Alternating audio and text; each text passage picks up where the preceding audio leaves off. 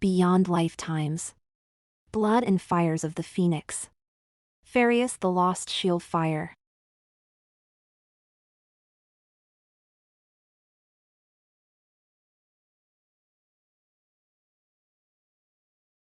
Where did you learn how to shoot arrows like that?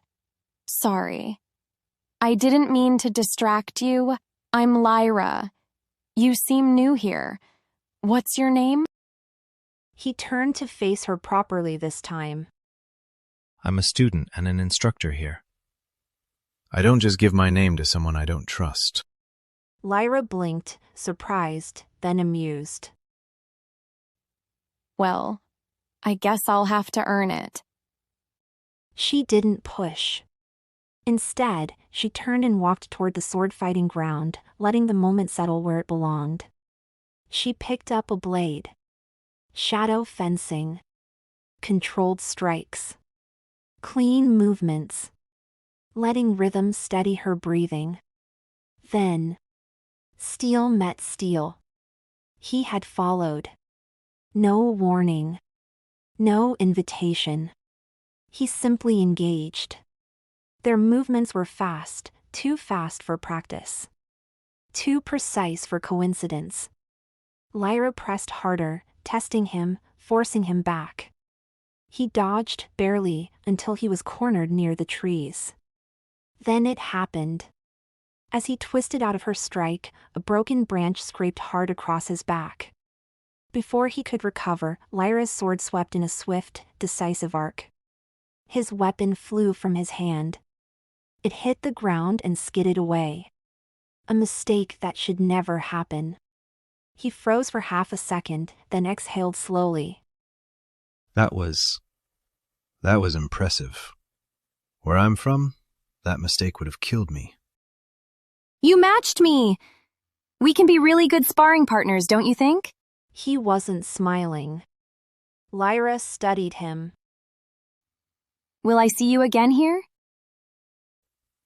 I don't really promise anything. Did someone hurt you? Someone you loved and promised you, but broke it? I don't believe in love. It almost killed me. The man turned and walked away, leaving the air heavy behind him. Lyra watched his back disappear between the trees. Well, she muttered under her breath, exhaling slowly. What a strange man. She didn't know why her chest felt tight. I hope I see him again, she thought. It would be a waste, not to get close to someone that talented. That impressive.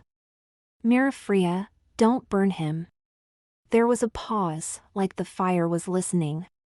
I think I've just found my reason to return. Lyra's gaze hardened, resolve settling in her chest. Next time, he won't walk away without giving me his name. Lyra went to shower, freshen up to get home. Later on the road, she saw him again that afternoon. Walking alone. Lyra slowed her car and stopped beside him. Get in, she said. I'll drive you. He hesitated, then opened the door. When they arrived at his cottage, he spoke quietly. Thanks for the ride, but keep your distance. Right now, I'm deciding whether to make you fall for me or take you into my arms. Lyra giggled sarcastically. You are too confident, I must say. As he stepped out, Lyra noticed it. Blood. Smeared across the backrest where he'd been sitting. She caught his wrist. You're hurt. Why didn't you tell me? I'm fine, he said. You didn't have to. She didn't listen. She insisted. And he let her inside. Inside the cottage, Lyra insisted on checking his back. She lifted his shirt. The scrape was deep, raw, angry red. And beneath it, scars, sword cuts, lash marks. Wounds heal badly, healed often. Her hands trembled. "This isn't from hunting," she said quietly. "You were hunted." "You talk too much," he said. "Just patch it up." She did. Carefully. When she finished, he moved away and sat on the floor at the corner of the room, back against the wall. His sword lay beside him, close enough to reach even in sleep. Lyra watched him. "Is there any place in Valemont?" she asked softly. "That's so unsafe you can't let your sword leave your side?" "Yes." "Where?" "Valkaris." Her breath caught. "You know that place?" "I was exiled there once." "That's hell," she said. "For anyone accused of treason." He nodded. "But no one crosses from Valkaris back to Valemont." Silence stretched. "That only means one thing," he continued. "That I'm innocent. The barrier consumes Valyrians, monsters, demons," he said calmly. "If I can cross it, then I am none of those." Hope flickered in Lyra's eyes. "Do you know," she asked quietly, "if anyone there knew Roy?" "He was 18, she added quickly. "When he was exiled." His jaw tightened. Do you know what kind of hell waits in Valkaris? For sure he was devoured by monsters. Eaten alive. And worse, his soul would still feel the pain. She swallowed. "You seem exhausted," she said softly. "Did you ever sleep?" "Sleep there," he replied, "and you don't wake up." She looked at him then, really looked. "You survived," she said. "You're here now. Valemont is safe." After a pause, she added, gentler, "If you're tired, you can nap. I'll guard your sleep." He scoffed faintly. "You're strange." But he didn't move. Minutes passed. His breathing slowed. His head tilted. Lyra caught it instinctively and guided it onto her lap. He didn't wake. "I'll keep watch," she whispered. Hours later, he stirred. Saw her face. The one he had longed for without knowing why. He rose abruptly and said, "You stayed." "Yes," she answered softly. "How could I leave when you finally slept in peace?" "I told you earlier," he said, voice low. "I was deciding whether to make you fall for me, or take you into my arms." Her breath caught. "And now?" "Now I'm choosing." He kissed her. Hard. Possessive. Familiar. Her body reacted before her mind could protest. The pressure. The claim. The same. Her heart shattered. "Roy," she whispered as their lips parted. Something in him snapped. He kissed her again, deeper, instinctive. As if the name unlocked something starving and forgotten. Inside her, Mirafreya stirred. Not in alarm. In recognition. "Because his fire is calling to me. Because I feel Fherreus. My shield fire. The lost fire, longing to bond." Lyra's knees weakened. "Why does it feel like I can reach for Roy, through this man?" She kissed him back. The way she kissed Roy. Surrendering. Inside him, Fherreus blazed. Reaching for a name he had buried. Roy. He pulled away sharply. "I can't lose my mind now," he whispered. "I'm sorry, for giving in to the illusion that you are him." Lyra folded to the floor. She didn't scream. She wept. For Roy. For the man she thought she loved. Not because he was strong, but because he was alone. I wasn't over him, she whispered. I really thought I was. He watched her. Rage burned behind his eyes. Grieve for me, he thought. For abandoning me. For sending me to Valkyris. I'm here to take you down. Valemont with you. Then he saw it. A faint spark behind her ear. The seed of death. Half-formed. Feeding. His blood ran cold. No, he whispered. How? Fherreus, is this your doing? He masked his fury. If you're crying for a dead person, he said coldly. Forget it. It's futile. Lyra stood. Even if my tears won't bring him back, she said firmly. I'll still cry. Because only after losing him did I realize I loved him. He looked away. Suit yourself. He picked up his sword.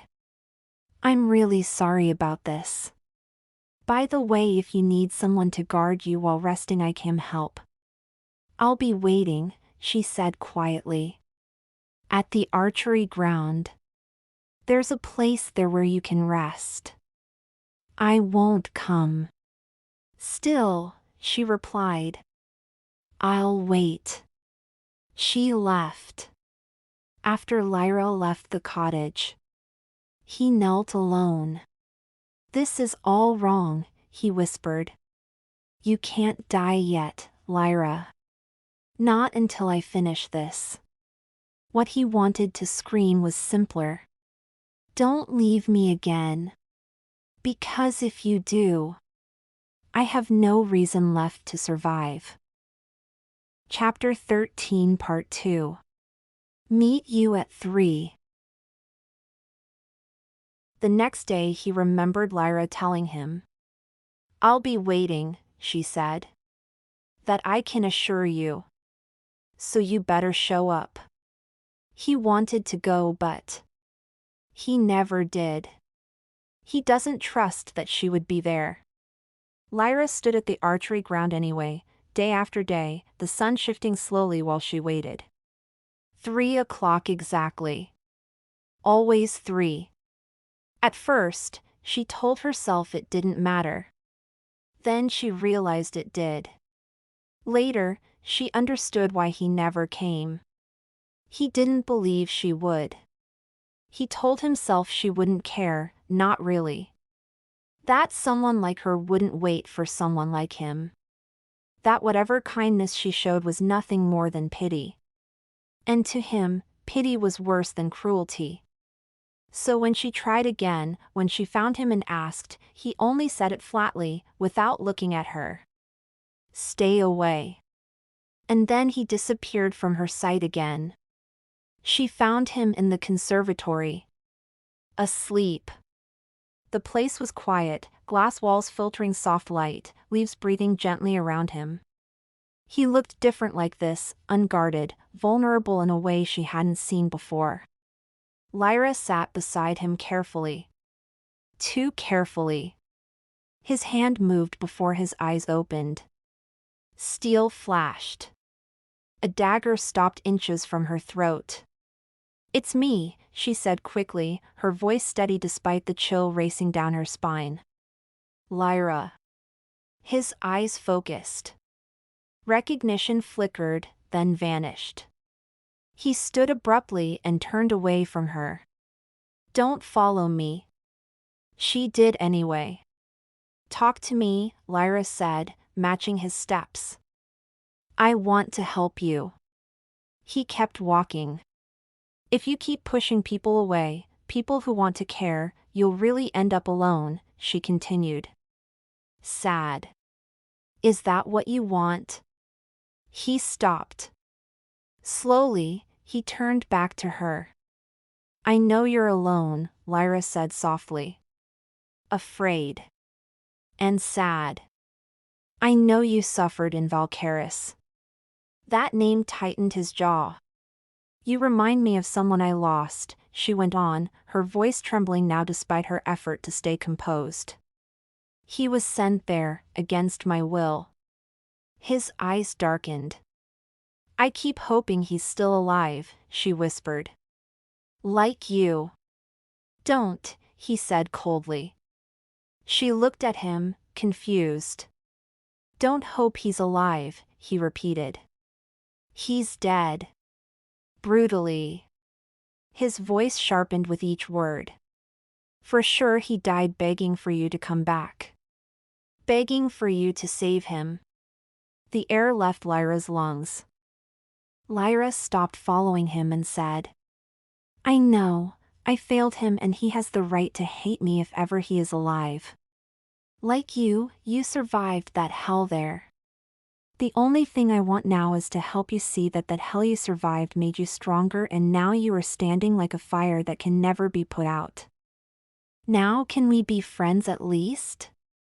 The man turned to her and in one swift motion, he raised his bow, the arrow was drawn, aimed directly at her. So this is what you're doing? Trying to comfort me? Make me believe life is beautiful? What do you know about suffering? Lyra didn't step back. She saw it then. Not anger. Hate. Raw. Shaking. Barely contained. She reached out and wrapped her hand around the arrowhead. Then, without breaking eye contact, she pressed it against her chest. Do it, she said quietly. If killing me will make your pain disappear. His breath hitched. Because if Roy hates me like this, she continued, tears finally spilling, then I deserve to die. Avenge him for me. The bow wavered. Who is Roy? He asked, his voice lower now, unsteady. Lyra swallowed. The one I vowed to protect, she said. The one I loved, without knowing the consequences of not following him beyond the barrier. Her hand trembled against the arrow. My Roy. Lyra removed her grip on the arrowhead waiting for him to release it. He recoiled and released the arrow into the tree behind her. At the same moment, another arrow flew from the ridge. He saw it, lunged forward, and slammed into her, knocking her off balance. They hit the ground hard, rolling once before he twisted and took the impact on his back. She landed on top of him. He pinned her there with one arm around her waist, the other braced against the ground, just as the arrow struck the earth where she had been standing moments earlier. I'm glad you're not hurt, Lyra. He smiled. Lyra smiled back. Thank you for saving me. They rose from the ground, brushing off the dust, their eyes lingering on each other a moment longer than necessary. Then he spoke. I don't accept thank yous. His smile deepened. If you really want to thank me, go out with me on a date. She opened her mouth to respond, but he continued calmly, as if the decision were already made. Be prepared. I'll come around when you least expect it. He took a step back, then added, I'll tell you my name after the date. Deal? He paused, his gaze steady. And since you want to close the gap, I won't walk away anymore. I'll walk toward you instead. A faint smirk curved his lips. Oh, and by the way, I don't take no for an answer. Then he turned and walked away. Lyra watched him go, a smile tugging at her lips. She shook her head softly. Okay, Mr. Confident, she murmured to herself. I'll look forward to it. In the next episode, Lyra disappears every day at 3. Nathan searches. Fails. Sid finds her first. Tends her wounds. Brings her home. Nathan and Michael are already there. 3 sacred fire bearers. 1 roof. 1 woman they all love. Lyra. What happens when love doesn't stay quiet? When devotion collides under 1 roof? The seed of death is awake. Another fire stirs. Fherreus. 3 fires. 1 heart in 1 roof. Will love keep them standing? Or burn the house down? Stay tuned. Like, comment, share. Follow for more and subscribe. Thank you.